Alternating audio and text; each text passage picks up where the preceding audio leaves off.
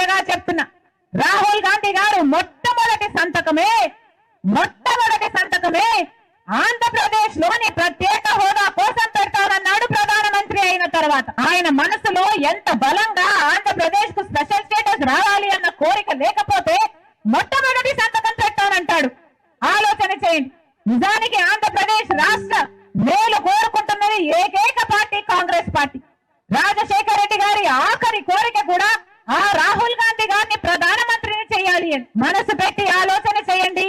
రాజశేఖర రెడ్డి బిడ్డను ఆశీర్వదించండి.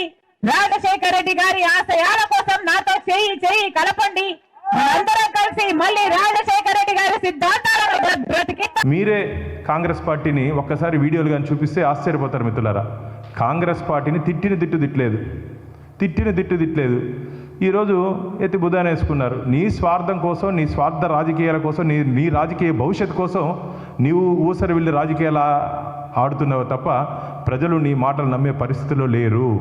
ఈ ఊసరి వెళ్ళి రాజకీయాలు, ఈ 2 నాలుగుల ధోరణిని ఆంధ్రప్రదేశ్ ప్రజలు నమ్మే పరిస్థితి లేదు. సరే, కాంగ్రెస్ అంటేనే భస్మాసుర హస్తం, ఇంకో హస్తం యాడ్ అయింది దాంట్లో. మాకేమి దీనివల్ల నష్టం ఏమీ లేదు. కాంగ్రెస్ పార్టీకి ఇంకో భస్మాసుర హస్తం యాడ్ అయింది. వాళ్ళు ఎక్కడ చేయబడితే అక్కడ బూడిదే.